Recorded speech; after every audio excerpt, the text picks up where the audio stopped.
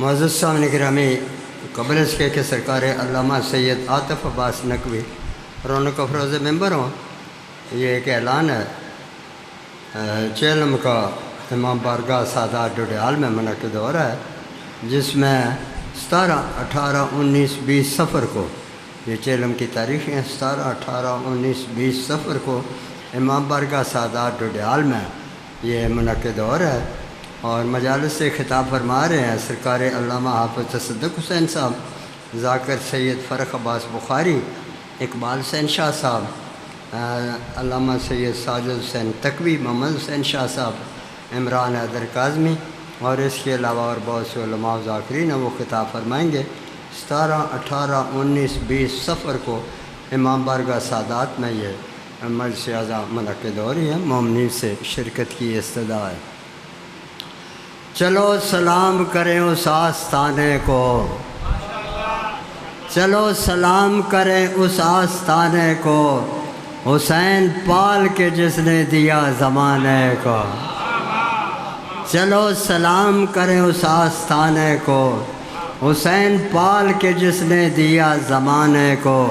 بشر تو چیز ہے کیا، خانہ خدا بھی رشید، سلام کرتا ہے زارا تیرے گھرانے کو۔ اے میرے کبریا مجھے اذن سوال دے، اے میرے کبریا مجھے اذن سوال دے، جذبوں کو میرے ذوق مودت کمال دے۔ جس دن مجھے حسین نہ یاد آئے شام تک، اس دن کو میری عمر رواں سے نکال دے۔ معزز سامعین گرامی، اب میں درخواست کر رہا ہوں سرکار علامہ سید عاطف عباس نقوی صاحب سے کہ وہ زیب ممبر ہوں اور اپنے مواعظ اسنا سے آپ حضرات کو مستفید فرمائیں۔ قبل اس کے کہ سرکار علامہ زیب ممبر ہوں، تعجیل امام زمانہ علیہ السلام کے لیے بلند تر صلوات پڑھ دیجیے۔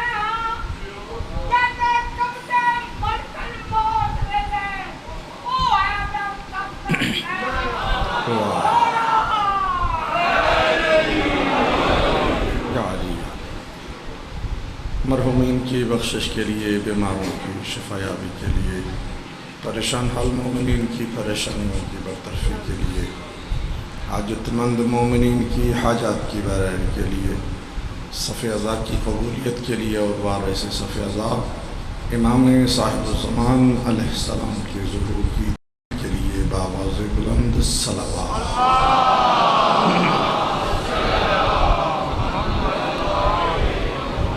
اعوذ باللہ من الشیطان الرجیم، بسم اللہ الرحمن الرحیم۔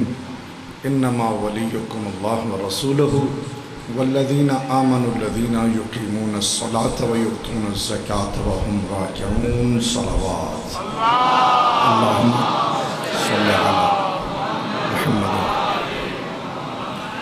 واجب الاحترام مومنین کرام، بغیر کسی طول و تمہید کے موضوع سخن جو آپ کی خدمت میں گزارشات پیش کی جا رہی ہیں کہ اللہ رب العزت نے انسان کو خلق کیا ہے، اور پھر انسان کی ماہیت کے مطابق انسان کی مزاج اور انسان کی حقیقت کے مطابق ایک نظام بھی مرتب کیا ہے۔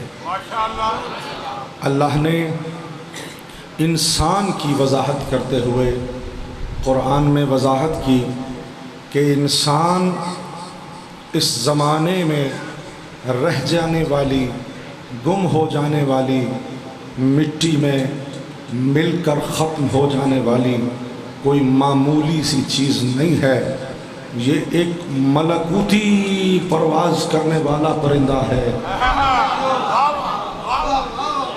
یہ انسان دو طرح سے تخلیق کیا گیا ہے۔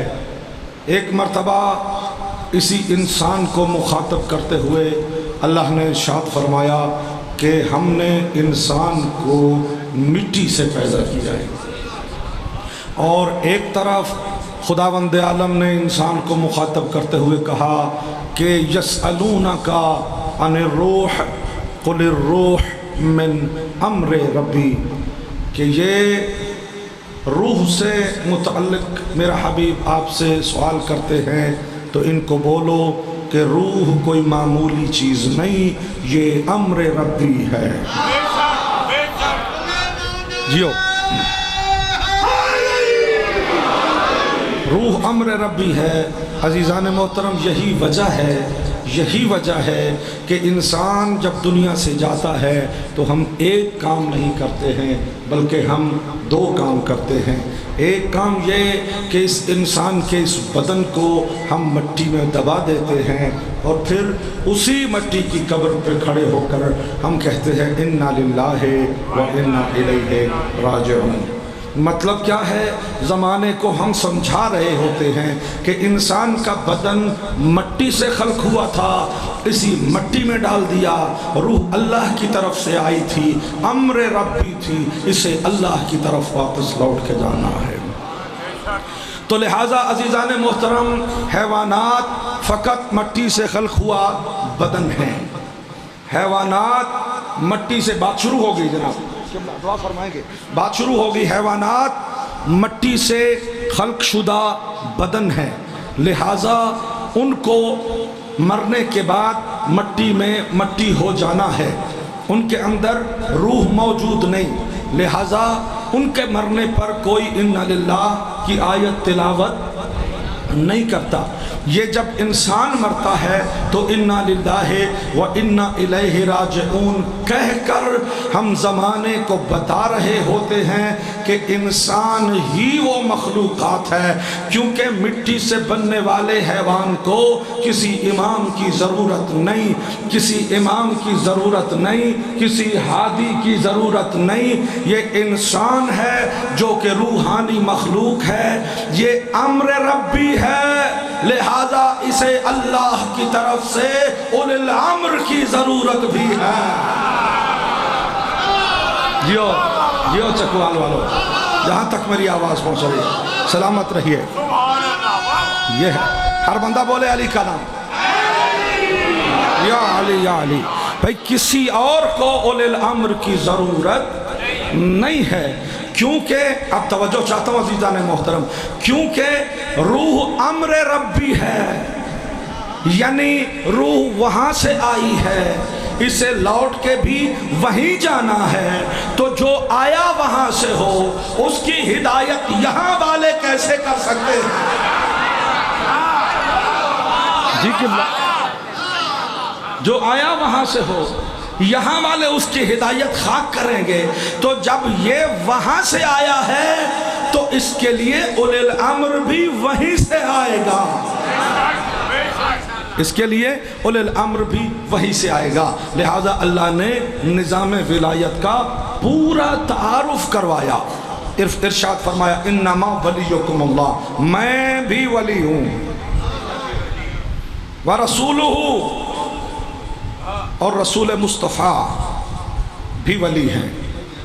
یہاں تک صیغہ مفرد، اللہ ایک، رسول ایک، اور پھر جب یہ بات آگے بڑھی تو پھر ایک نہیں، پھر ارشاد فرمایا والذین آمنوا الذین یقیمون الصلاۃ ویؤتون الزکاۃ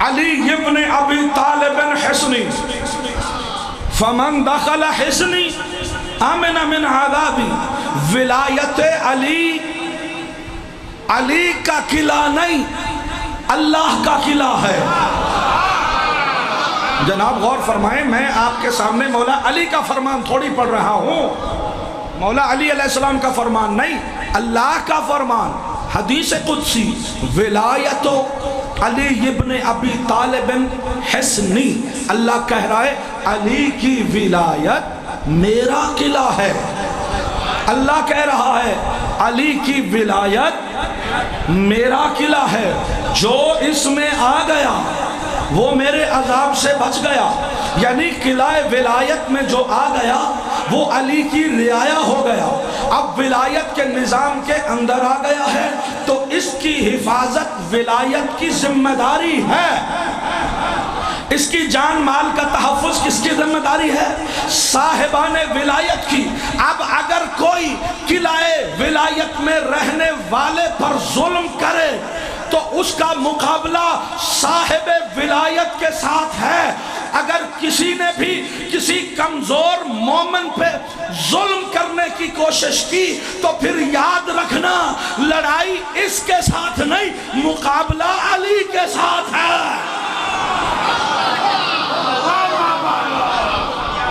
ہاں ہاں، لہذا مومن کے ساتھ زیادتی نہیں. مومنوں کی صفات یہ بیان کی گئی ہیں کہ مومن کون ہوتے ہیں؟ اشداء علی الکفار ورحماء بینہم. مومن کی صفت یہ ہے کہ آپس میں ایک دوسرے پہ رحیم ہوتے ہیں. اشداء علی الکفار، اور دشمنان خدا کے لیے شدید سیسا پھیلائی ہوئی دیوار ہوتے ہیں. یعنی جو اہل بیت کا دشمن ہے اس کے سامنے ڈٹ جاؤ، اور جو علی والا ہے اس کے سامنے جھک جاؤ. تمہارے پاس بڑا پیسہ ہوگا، بڑا اقتدار ہوگا، بڑا مال و دولت ہوگا، بڑا کوئی حکومت اور کرسی اور سیاست میں تم ہوگے، اور کسی چھوٹے مومن کو خاطر میں نہیں لاتے. کتنے بڑے ہو جاؤ گے؟ مالک اشتر سے بڑے. سر اٹھانا جو پیچھے علی والے تشریف فرما. کون ہے جو مالک اشتر سے اوپر نکل جائے گا؟ ہاں، مالک اشتر جو سپہ سالار لشکر ولایت علی ہو، جس کے قصیدے علی پڑھے کہ میرا شیر ہے مالک اشتر، میرے ساتھ ایسے رہا جیسے میں نبی کے ساتھ رہا.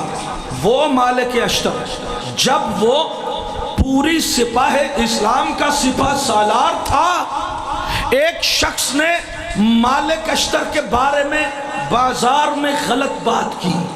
مالک اشتر سپاہ سالار وقت حکومت کا، کسی مومن نے غلط بات کر دی مالک اشتر کے بارے میں.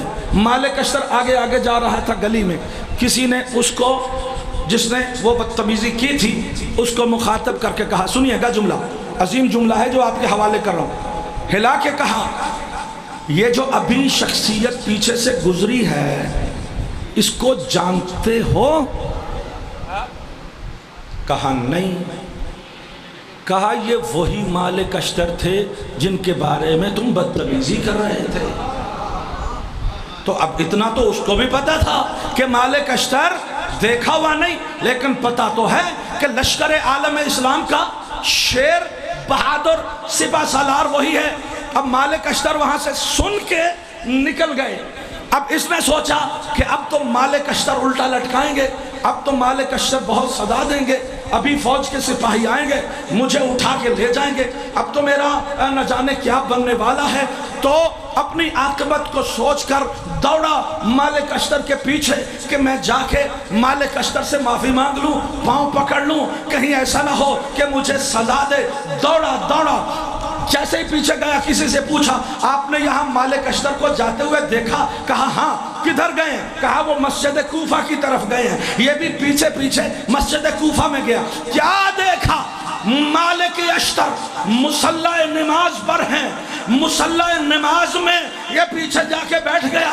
اس نے کیا دیکھا؟ مالک اشتر سجدے میں سر رکھ کے خدا سے کہہ رہا ہے میرے اللہ یہ ابھی جس نے میرے بارے میں یہ بدتمیزی کی ہے میں نے اسے معاف کیا، تو علی کے صدقے میں مالک کو معاف کر دے.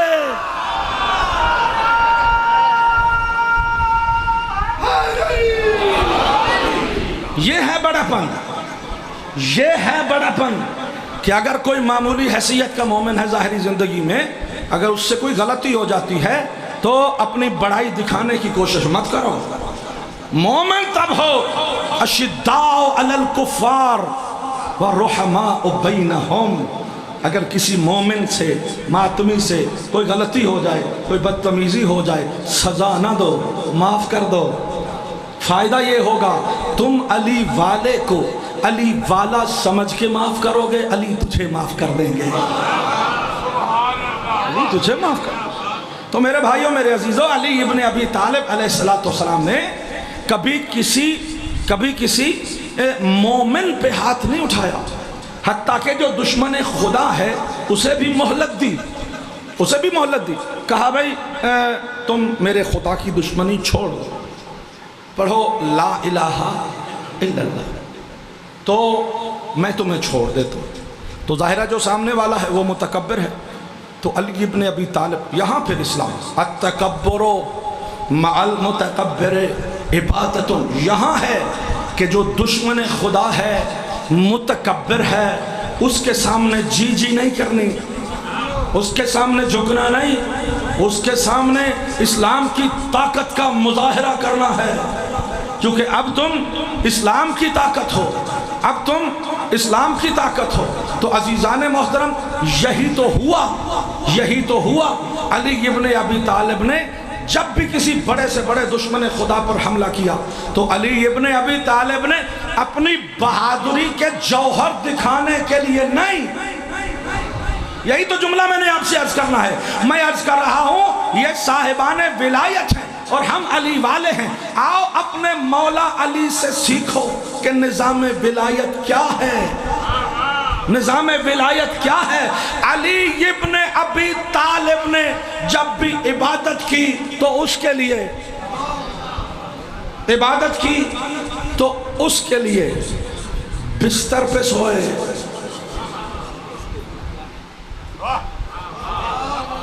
عزیزان محترم، علی عبادت کرے تو بھی اس کے لیے کرتا ہے، علی بستر پہ سو جائے تو بھی اس کے لیے سوتا ہے.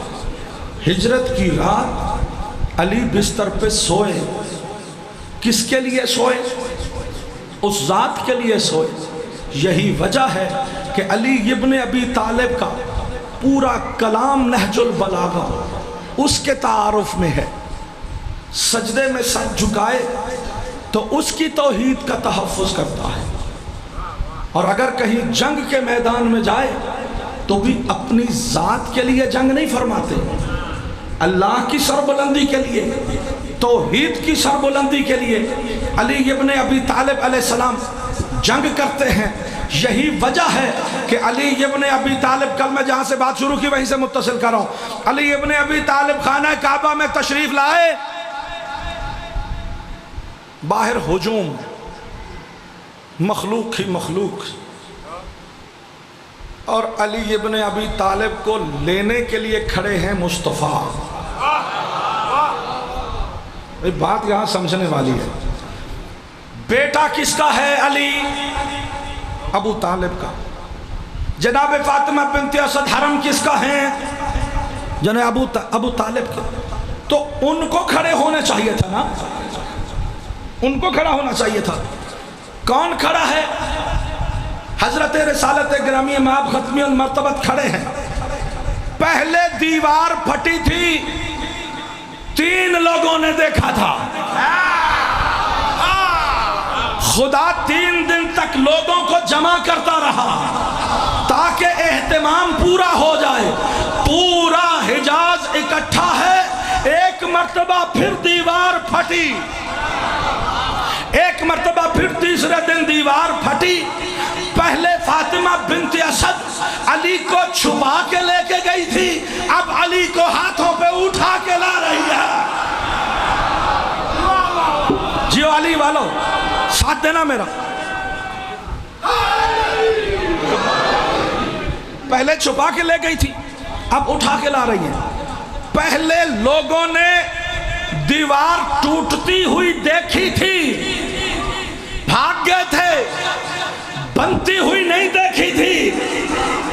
اب زمانے نے علی کے لیے دیوار کو ٹوٹتے ہوئے بھی دیکھا اور پھر دیوار کو دوبارہ سے بنتے ہوئے بھی دیکھا، تاکہ زمانہ دیکھ لے کہ علی ابن ابی طالب علیہ السلام کی نشانی آج تک موجود ہے۔ میری آقازادی فاطمہ بنت اسد علی علیہ السلام کو لے کے آئیں تو نبی نے ریسیو کیا۔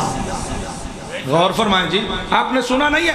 پرانے سننے والے ہو، جشن سننے والے ہو، میں یقیناً آپ کی خدمت میں کچھ معروضات جو پیش کر رہا ہوں، میں اپنے اعتماد کے ساتھ کہ جو خیرات میں مانگ کے لایا ہوں وہ آپ نے جو سنا اس سے تھوڑا ہٹ کے بھی ہوگا، کچھ نہ کچھ بات ہوگی جو مجھے آپ کی دعا کے قابل بنائے گی۔ عزیزان محترم، جناب فاطمہ بنت اسد علی کو لائیں تو ابو طالب کو آگے بڑھنا چاہیے تھا نا کہ لاؤ میرا بیٹا دو، لیکن آگے بڑھ رہے ہیں مصطفیٰ۔ بھائی کوئی تو پوچھے کہ یا رسول اللہ ابو طالب کا بیٹا ہے، ان کو آگے بڑھ کے اٹھانے دے، یہ آپ کیوں اٹھا رہے ہیں؟ تو عجب نہیں رسالت کی آواز آئے۔ بھائی ابو طالب کا بیٹا ضرور ہے لیکن رسیو مجھے کرنا ہے، کیونکہ میری رسالت کا گواہ جو آ رہا، میری رسالت کا گواہ، قل کفا باللہ شہیدن بینی و بینکم ومن عندہ علم الکتاب، کہہ دو کہ مجھے تمہاری گواہیوں کی ضرورت نہیں، میرے پاس دو بڑی گواہیاں ہیں، ایک میرا اللہ میرا گواہ ہے اور دوسرا وہ گواہ ہے کہ جس کے پاس کل کتاب موجود ہے۔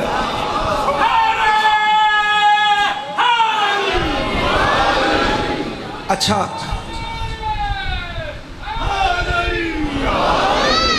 جی، جہاں جو پیچھے تک میرے عزیز بزرگ تشریف فرما، جملہ آپ کے حوالے کرا۔ بھئی یہ آیت تو قرآن میں نازل ہوئی ہے کہ حبیب ان سے کہہ دو قل کفا باللہ شہیدن، کہ میرے لیے میرا اللہ ہی میرا گواہ کافی ہے، ومن عندہ علم الکتاب، اور وہ کہ جس کے پاس کل کتاب کا علم ہے۔ جی یہ آیت اللہ کی ہے، ایسے ہی ہے نا؟ خدا نے نبی سے کہا کل، کہ اے حبیب ایسے کہہ دو، تو نبی نے ایسے کہہ دیا، بات تو اللہ کی ہے، کہلوائی نبی کی زبان سے جا رہی ہے نا؟ نہیں سمجھ رہے میری بات کو؟ بھئی جب کہا کل تو مطلب بات اللہ کی ہے، حبیب کی زبان سے کہلوائی جا رہی ہے۔ زمانے والے رسول کی رسالت کے گواہ نہیں بن رہے، جی ہم تمہاری گواہی نہیں دیتے، تو اللہ نے کہا ان کو منہ لے کے جاؤ اپنے ادھر، تمہاری گواہی مجھے چاہیے بھی نہیں، میرے لیے تو دو گواہ ہیں۔ اس کا مطلب یہ ہوا کہ عمومی نصاب میں دو گواہ چاہیے ہوتے ہیں نا، تو اللہ نے کہا ان سے کہہ دو کہ ایک میرا اللہ گواہ، دوسرا میرا وہ کہ جس کے پاس اللہ کی پوری کتاب کا علم ہے، یعنی علی میرا گواہ۔ اب مجھے نہیں پتا زمانہ علی کو کیا سمجھتا ہے، لیکن قرآن تو مجھے یہ سکھا رہا ہے جس کو اللہ گواہی کے نصاب میں اپنے ساتھ بٹھا لے اسے علی کہتے ہیں۔